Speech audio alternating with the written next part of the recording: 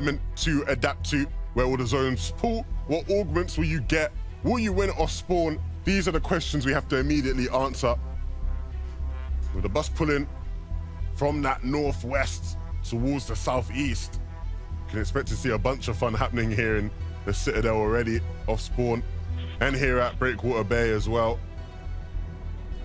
A little bit spread out over towards Breakwater Bay, which kind of gives them the dual edge. Depending on your drop spot, depending on what floor loot you find right out of the gate, you could quickly go at it, begin to butt heads. You don't find what you want, there's plenty of spacing between the two that you can instantly try to continue to loot up, prolong your game, and even disengage. Yusri and Kadu, one of those teams that they've been going at it off spawn each and every game. Yeah, for Kiduo and Yusri. An opportunity here to start to rise the ranks in the leaderboard if they can win this fight off spawn. Erkin and Buzz gonna be their opponents. And not playing this too fast. Again, just looking to try loot up, get the mats that they can. And now things might speed up as their positions have been revealed. And so Yusri and Kiduo now have the chance, of course, looking to open that safe, get the extra gold in case they want to re-roll some of their augments. It's a very crucial, I think, point that I don't think we really touched on just a ton. The gold usage to re-roll your augments. I think there's been more gold on the map than in prior seasons, which you can find them. You can add it to your loot path. It'll be very, very fruitful. And it looks like they might not even look to fight this at all. Erkin looking to get out. Buzz gonna follow as well. And so maybe a wise disengage, you'd say, from those two teams, or two players, I should say. Uh-oh. Vico, though, in a bit of trouble. Kylie is nowhere to be found, and his opponents are very much on the hunt still. Just a few inches below.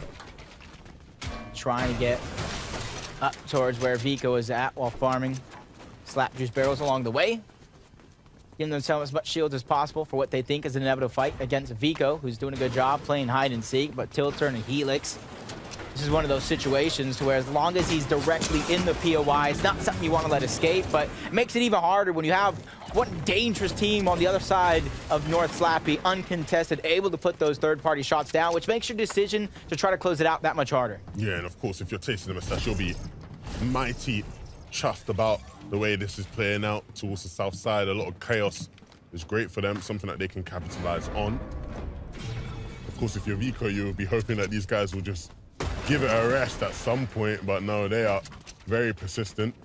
And in a matter of moments, you've got to think they'll find him. He's right there, hiding behind that desk. Oh, did it or no? He's playing Fortnite. He spotted the shotgun. Tilton spotted the shotgun, and so they know they're ready, and they'll push it in. Still have to worry about tasting the mustache from afar, though. But it does look like Vico's time will be cut short in this game. That was just a great find right there. It just goes to show how patient they were actually being to spot out just a movement. You see Ping and Kyrie going up, going high in the sky with the impulses to take height as soon as possible and immediately aggress onto that solo player. Break it through the box. Maven shotgun ending their run yet again. Lonely Labs is all theirs. That's plenty of metal to go around and set themselves up quite nicely. Hyrax and Durs in another similar position. Caught out in the open is not going to be the best thing as they continue to on their loot path to find themselves the best loadout before they can try to build themselves a tower in the sky and look for Surge. Back over to Breakwater Bay. Again. Things just moving rather slowly here. No sudden movements on the side of Vortexes, but very much aware of the fact that his opponents are eager to figure out where exactly he is and what exactly he's doing. Him try to spot him out with the Falcon Scout. Very good early game usage for those players that do split the drop. And for Seti and Cammy, you see them sitting nicely in third place. They found those eliminations late into the game, sticking true to their game plan through and through of where and when to find those eliminations, where and when to get the Surge. They try to play a such passive game very, very early on. Let the lobby tear each other apart before they join in on that fun. And Hellsfire and Refsguard, another one of those teams with all the experience in the world.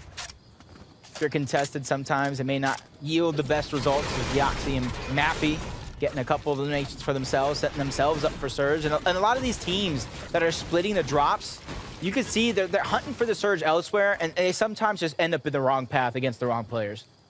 Yeah, you always have to be wary of the teams all around you, right? In terms of when you're setting up for your positions. You have to maybe rotate to go get your Surge as well, right? Who you potentially hold along the way.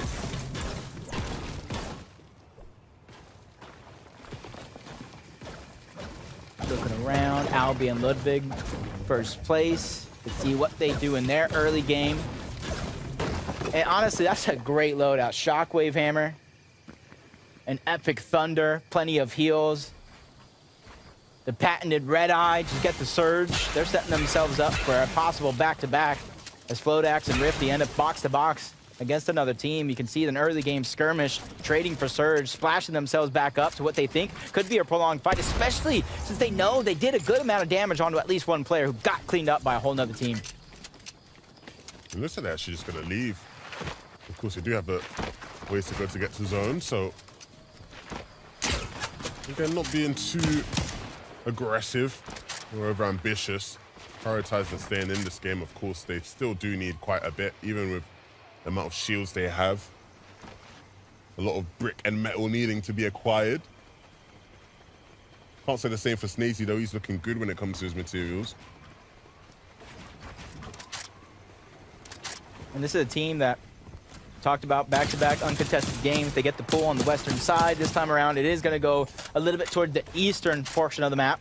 You already see them making adjustments, trying to get there sooner rather than later. They don't want to get stuck on the congested side of the zone as Maris and Frednex. They like to go at it on these early game skirmishes, trying to go ahead and take the height, go up and above, bouncing around. They know the player's weak. Hearing the splashes go off, they're trying to go ahead and take advantage while they can. Piece control is going to be denied. Second time's the charm, but the shots are going to get traded off. Frednex bites off more than he can chew. He goes down. Jay and Cosmo trying to take advantage, but multiple players here in this fight, they're wanting to take a second chance, get the Surge of their own, and that's going to allow them to stabilize themselves here in a position as Maris has to back up. He has to get out and reposition.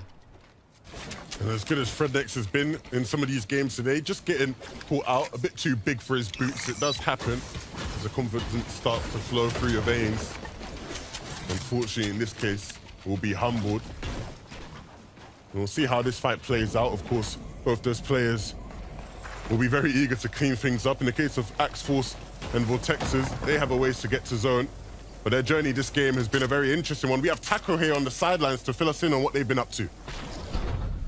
That journey first started over in Breakwater Bay, Levin, because X-Force and Vortexers were actually caught up in an engagement for a very long time with Pixie and Della. They actually expended so much time and resources throughout this engagement that it even drew the attention of another duo. So Bad Sniper was actually able to collect one of the elims, of course, X-Forces and Vortexer, to make sure to finish off the rest. But now this rotation taking a little bit longer, so we'll see how they push through. Yeah, that's going to be tough, right? Because now it feels like they're going to spend a lot of the game trying to play catch-up. When you invest that much time, it hinders you from being able to get the kind of loot you want. And so this is exactly what they need to do, right? Find these kind of elims, pick players off. And I said they need to play catch-up. They are catching up. This is a perfect situation for them. They caught up to CZB all right. And you can see exactly how they did do that. CZB just taking too long by himself. You can see his teammate trying to close in on the distance, but as soon as he goes down, he just about faces, try to get out, goes a little bit deeper in the zone. The reboot card is what his goal is eventually, but he has to go through Vortex and X-Force, and the blessing is Zone's moving, Zone's pushing them in, so that reboot card, getting it is going to be a huge possibility, but getting the actual reboot might be a different story. What have we walked our way on into here? This is a very, very messy fighting situation. And one that Queasy and Vino will look to capitalize on. They are, again, the lobby bosses. They play on max difficulty sometimes. And you cannot afford to slip up and make a mistake against these guys. You can't be prepared to come into the fight without being fully ready. And the thing is, they know at least another team's there. Queasy dropped down, disengaged from the fight, and try to make sure that Vino stayed alive. Teamwork trying to make the dream work, but now Flixie and Cheatin do have that high ground. You can see them going for the piece control against Vino and XSWEEZE. That first one's going to be denied, but he's just trying to look for the scrap simultaneously. Anything's better than nothing as Vino strikes back, but takes a huge 97 tag. Yeah, but the problem is Vino is that bear you do not want to poke. Things will start getting grisly for you if you do. Flixie, as good of a player as he is going to have to play his absolute best if he wants to be successful in this fight. Needs to keep hitting some big shots and looking to set up to do so. Doesn't quite have the angle there. The left-hand peek makes things just that bit more awkward. He's trying to come from behind though as Cheatin looks to attack from the front. They are setting up a decent pinch here, and one that actually might just catch XSWEEZE out. No, Vino coming attacking, but no. Flixie again hitting a big shot. And I said things are going to get grisly. It's looking like it's that way for Vino as XSWEEZE starts to return some fire. Doing everything they can to save each other's life, but it's costing them so much. So much shields. Vino took that first shot. He dropped down low. Now he's trying to shockwave hammer him and XSWEEZE to safety. But the shots come in elsewhere. The third party trying to clean up XSWEEZE. They know how dangerous anybody could be if you let them survive, and that's why Flixie's closing on the distance. XSWEEZE looking like he's getting cleaned up, but Vino with a huge tag. Siphon coming in for Flixie almost in the nick of time. Cheatin's full HP. They get the shockwave hammer. This is Vino's chance to try to get out alive. Shockwave hammering himself to safety. But what's going to be the play for him? Do you go on as a solo? Do you return to XSWEEZE's reboot card? Because you saw that stat moments ago. Game 2, the first game in quite a while where we didn't have a player rebooted. Hey, look, you certainly will want to get XSWEEZE back into the game. He is, of course, a big part of that duo. And so we'll see whether or not Vino actually will be able to. I doubt they'll make it easy for him. They know he wants to get back to that card if possible. They might decide to just start pushing him as they are way up north. There's not going to be many teams around them. And so they could isolate that fight and make things very, very awkward for Vino. Regardless, over here, Zangi and Zara over towards the Slappy Shores. This is where you can, honestly, depending on where you're at, they're stacked on metal, but you can kind of get a lot of the scraps that some teams may have left behind. One of them being Tayson and Merstash. You see how separated they are, just continuing to kind of loot up. Merstash going for Surge. Making sure that they have every facet of their game plan covered. 371 above the damage threshold. Very little to worry about. So they're just kind of biding their time, waiting to see where this next zone goes, gathering all the information so they know what is that next play that they are going to make. Here we have some of the action that's taking place all around the lobby. Shamoki picking up an elim there. Vino picking up the reboot. And so, yeah, I said he'd want to bring his teammate back in, and he has. Great thing about this reboot, though, is this is their POI. This is their landing spot. They know all the scraps they left behind, including the slurp truck. Easy shields for Vino and XSWEEZE. So I think this is going to be an easy refarm or easy situation for them to loot up, get themselves back into the game. Best case scenario for Vino, no longer a solo. Yeah, if these guys can get back into the swing of things, it'll be a very scary sight for everybody. It's good to see Frednex back in this one. Of course, we saw the struggles they were having, so we went from a game with no reboots to a game with quite a few here, it seems. This player's starting to get back into the swing of things. It is always tough, though, when you have to get rebooted so late into a game. Being able to actually find a loadout and then get some decent materials to work with is always going to be tough. It doesn't seem like Thomas will be able to reboot Malibu. We saw him go down not too long ago in the feed. So tough task in the hands of the Dane. It goes to show that their progression week to week is getting better. But now, that 1v66 situation for Thomas trying to take over the rest of the lobby. There's a whole duo right below him just trying to knock him down. Thomas trying to think outside of the box, drop when they wouldn't suspect it, but players in the distance see that one coming. Put down the shots, make him second guess that decision. Hellfire's gonna take down Andalex. A beautiful run, possibly coming to the end. 139 above the damage threshold for Thurs and Hyrax. So, interesting decision what they're going to make here. You see Hellfire moving in. Snazzy was already down. And there goes the next one, Andalex soon to follow. Hellfire and Ref's Guard are just getting warmed up here. 3 eliminations, 640 above the damage threshold. Immediately trying to beeline it to zone. They don't have to worry, just like some of these other teams in the lobby do, about Storm Surge. So for them, it's just finding that good spot directly in towards the zone and just waiting for the next. So many other teams around them as it continues to pull north. That southern portion of the zone is going to be quite congested. And we saw the hero play coming out from Vino before. And if you look at the loadout now, you would honestly not even guess that XSWEEZE went down and got brought back into the game. But when I look at the mats, I certainly do see that story because he's down very much in that regard and he's having to expend some more just to be able to get to safety here. And so I do expect to see these guys look to make a play at some point rather soon.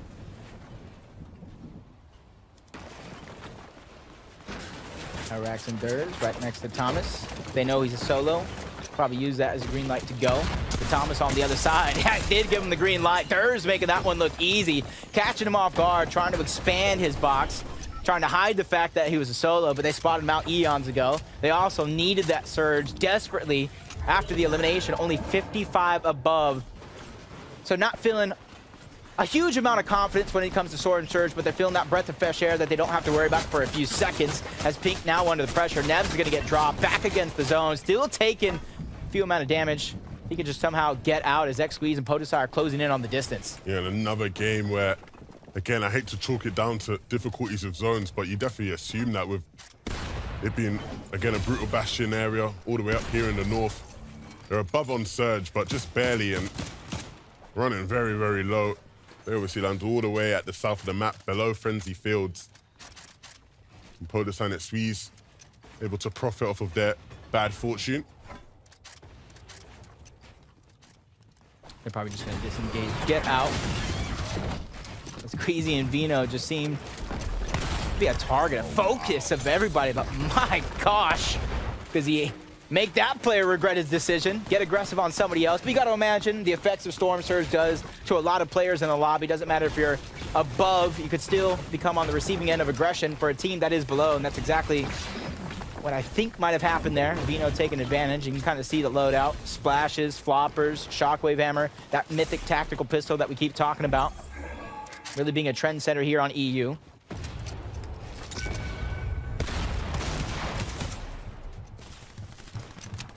This is where that southern portion of the zone is just so stacked right now. The Ox and Mappy found themselves a little bit of crevice they can hang their hat on, but spot out Clement and Deceptos trying to put out shots in the distance, trying to catch him off guard, but Mappy on the receiving end of an Excalibur shot, having to second guess that decision. Heals being shared between him and Deox, 300 above.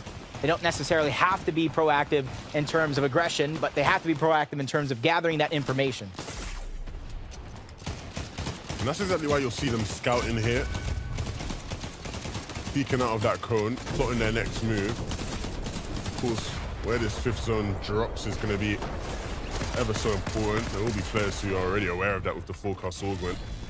A change in hands here though, as Vino is now the player down with no prospects of being rebooted. And XSWEEZE left to fend for himself. I think I'd rather have Vino as a solo player, but nevertheless, you can never count XSWEEZE out. One of the most experienced players in this lobby, and one of the biggest minds in it as well. A decent spot as long as he does not have to worry about Surge. He's right at the edge of the next zone. Teddy and Cammy, though, they got their one elimination, trying to play that passive, consistent game plan in which got him up until this point. They don't want to be stuck in the trenches down below, going up and getting pressured against a lot of these teams, and that's where you see them gaining elevation little by little. They're trying to get the supply drop. And he has an extra spot in his inventory. That launch pad could be fruitful for them if they don't have a shockwave hammer. Yeah, it'll definitely go a long way. They can use everything they can get. Of course, they do have to start making their move. You can see there's a bunch of players around them looking to do the exact same. Albi and Ludwig, way above on Surge. They're not sitting in a bad spot at all. This could very well be another really good game for this team. Again, another one I don't think many people would have predicted to come into today and do as good as they've done. But certainly one that could take the rest of the lobby by storm and surprised everybody. Zara building up for a moment. I was thinking, hold on a minute, Zara, you're not playing with Mr. Savage. He boxed up next to him. But no, eye drop is down. Zara. It's a strength in numbers right there. He knows Mr. Savage is not his teammate, but he's hoping that nobody else in the lobby has that same information. Saying, don't look up here. Just a duo, nothing to worry about. And you got to question, does Mr. Savage even know he's there in that position? I question XSWEEZE's surge, 770 above the threshold. He gets front side of zone as well. He has his shockwave hammer. And we know as well as I do, having a shockwave hammer is a whole different feel of confidence as a solo than you are as a duo. Especially if you only have one to share between the two. Yeah, of course. Gives you that extra bit of mobility and flexibility. Even if things don't go the way you want to, things go awry, you can always group that together and a lot simpler. XSWEEZE looks like he's going to meet his match here as he falls in this game and will deliver a beautiful gift of a shockwave hammer along the way. The fight's not done though. There are some people that want to get that loot, but either way, Pings is like, nah, we're on our way. We got what we wanted out of that fight. And so now both of them with hammers available. Gathering all the resources, immediately hammering to that front side of zone. Probably going to stagger themselves back, repeat that process until they get into the zone, trying to recycle as many of the resources as possible. Albie and Ludwig, we saw them take high ground, hold on to it towards the rest of the game, and they're setting themselves nicely. A great position through that mid layer, 6 moving zone. Now would be the time for them to contest it. Yeah, Cammy now, way deep in the back, using a pad. He's picked up one already in this game and will look to do a bit more. And now, Cammy and Seti just sort of taking their spots where they can. Needs to be careful though, of course, there's so much chaos, people being dropped down all around the board, builds being broken, but they regroup. It looked like they were going to go for the high ground, but they got separated to the shockwave hammer. PODASAI and XSWEEZE, 4 eliminations, trying to get themselves to the front side of zone, along with Deox and Mappy, 3 eliminations above the threshold. The Storm deactivates for now. Kyrie and Pings, can they hold on to that high ground? This is going to be huge for them. They got plenty of small ammunition with that tactical mythic pistol to put down the pressure from above. They shockwave to the front side, almost gets knocked down, but connects to his teammate just in the nick of time to keep themselves and their high ground hopes alive. Arby and Slurby down below aren't working with much by way of materials, but their spot is very, very nice. And Mappy might just start to run into it as well. You see everybody being funneled through this little hole there between the Glacier and Mappy. With a player right beneath his stairs, going to have to use that hammer to get out of dodge. And he does a brilliant job of just scurrying away. That hammer is so effective for those kind of moments. PODASAI and XSWEEZE, they're still in this one. And there is a team above them applying pressure. They might look to get involved in that if Pings and Kyrie aren't perfect in the way they hold it.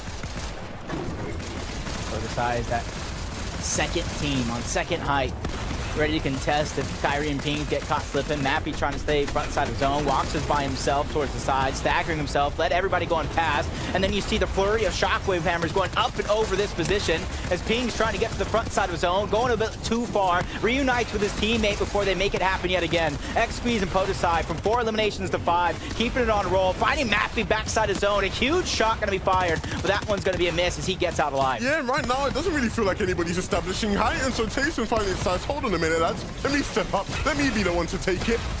And that's exactly what they've done. Gonna hammer right now down towards that front side, wants to establish and claim it a bit more.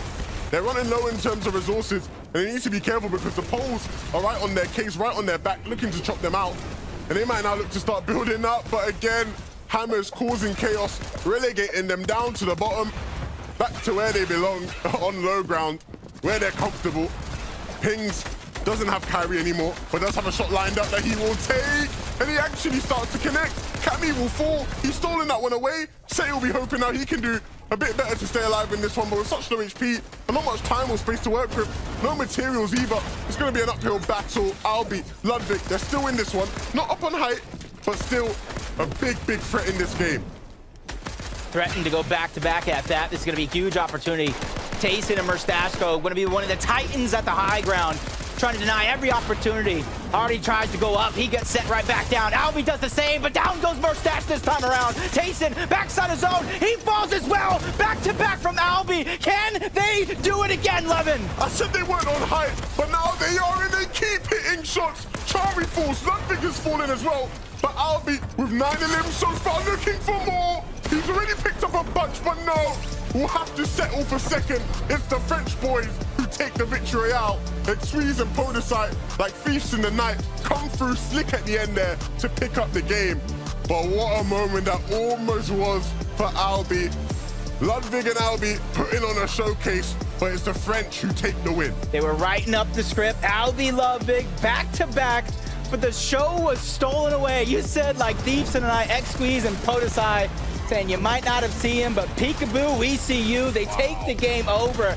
But Albi, with the heroic plays, taking down not only Mustache, but Tayson as well. This is what I came to see. Mustache did not see that coming at all. I'd love to see it from his POV, just what he saw. Either way, if you're PODASAI and XSWEEZE, you'll be happy about the way you play. They're not worried about what Albi was doing. They're focused on the fact that they were able to pick up the victory out, and a very important one at that. Yeah, a very, very important opportunity for a lot of these teams. We saw some of these top rosters from that previous game go down very, very early on. So as this one does progress, it's going to be anyone's for the taking. Yeah, look, we're going to send it back to Zeke and the analysts to break it all down. Thank you guys so much. With now 3 games down, only 3 left to go. We almost saw the back-to-back. But again, just like every other game, if you can find yourself in even second place and that many eliminations, you don't even need the victory out, right? You've already caused shockwaves and ripples on those standings. Yeah, great job from Aldi and Ludwig. I mean, they performed very, very well on that low ground section, and even on those mid-ground layers, they did very, very well. And they, of course, took that high ground at the perfect moment. Tayson and Mustache caught napping, and they just performed incredibly well. Of course, couldn't quite close out the victory route for them. I think it just epitomizes what Tayson and Mustache haven't been able to do this season. They haven't been able to find themselves an identity. Unfortunately, they haven't really been able to find a high ground, low ground, mid-style either. It's just been tough for them, but Albi and Ludwig taking all the advantages there. You mentioned it, Vinny. I mean, the trifecta was accomplished this game. The low ground, they found some eliminations. Then they were like, all right, let's go with the mid ground. Let's cause a little chaos going on here. Found a couple of eliminations. Like, oh, you know what? High ground. Let's go for that as well. Heck. I mean, just so well played in every single aspect. And the most impressive thing to me is that they are actually proving that they can play every single playstyle in an FNCS style lobby. Yeah, they can. I mean, high ground again was open, and you know why? It's because Queasy and Vano, they went down early again, so everyone else was like, actually, you know what? Let's give it a go. And I think that's what we see more often than not. When Queasy and Vano do go down, there's a lot more of a turnover of high ground, and this is where the leaderboard comes into play because, oh boy, Albi and Ludwig all the way up on top. Does that say 26 total eliminations after 3 games? Is that, You know, that is a 2 and that is a 6, and that is also 241 points. Oh so my they have gosh. developed quite a lead. But to kind of circle back, a single game, right? PODASAI XSWEEZE, they jump up 12 placements, but kind of to your point as well, Minnie, Mustache and Tayson, they haven't found that identity, but after a single game, also jumping up 8 places. Yeah, it's great to see from those guys. Of course, XSWEEZE, PODASAI doing a very good job as well. And we're seeing this development from this duo. I mean, it's one of those duos that maybe they've been switching up duo partners here, left, right, and center. But PODASAI and XSWEEZE, of course, the French guys, they know exactly how to play. And they're playing those low ground layers really, really well, using the elevation change so effectively as well, because everyone was just tumbling on top of them instead of them having to go up. Every single time we've seen PODASAI and XSWEEZE in the end game, they've been front side of zone. Yes. And it's working out so well for them. I was thinking about it, I was like, man, like we keep seeing them in the end game. They're always so healthy. They keep themselves at the top of the leaderboard, and right after that performance, now 4th place. I really feel like they should be doing better. But I mean, they're just consistently finding themselves in the end game, which is what I love to see. That is right. Well, gentlemen, guess what? I have a really fun surprise for you. We have an interview with someone from our community. It is none other than Reddish, who is joining us. Hi, Reddish. How's it going? Hi, I'm vibing. I was just watching you guys. Well, it's How great. are you? How are you doing enjoying amazing. Denmark? Oh, yeah, it's amazing here. Actually, can you hold on one second? The stage is not red enough for you being here. Any moment now? There you go. Okay, there we go. That's a nice little surprise for you. How's it going? How are you enjoying Chapter 4? How are you finding the meta? I am actually having a lot of fun. But I'm having a lot of fun in all the chapters, all the seasons, because I'm obsessed with Fortnite. But when it comes to this season, there are a few things I really love. I love the red eye. My boomer eyes are very grateful that we still have a red dot AR in the game. That's definitely my favorite weapon in the game, so I'm happy we still have a red dot AR. And then what makes this chapter super special for me is definitely the addition of the augments. I think the augments have changed the game so much, and they're making it super, super, super fun because there's so many to choose from. You never know what you get. You're trying to look for gold everywhere to make sure you have enough to reroll, so I think that's super exciting. And then Hammers in this meta, I know, very heated debate. I feel like for me, it's been a fun item. Of course, it makes the game a bit easier for players that are not as experienced, because even I can make it in super late game, right, to the final zones with a hammer. But at the same time, I remember I died to the hammer so many times. So it's just such a chaotic item. But for me as a creator, I'm having fun with it. I understand why the pro players don't vibe with it, but for me, it's been fun. So this chapter has been fun for me, honestly. Comp-wise and content-wise, it's been a blast. Yeah, couldn't agree more. You know, the big sentiment around Chapter 4 is, you know, oh, POIs, landmarks, split drops. You settle the debate. What is your favorite drop spot when it comes to Chapter 4?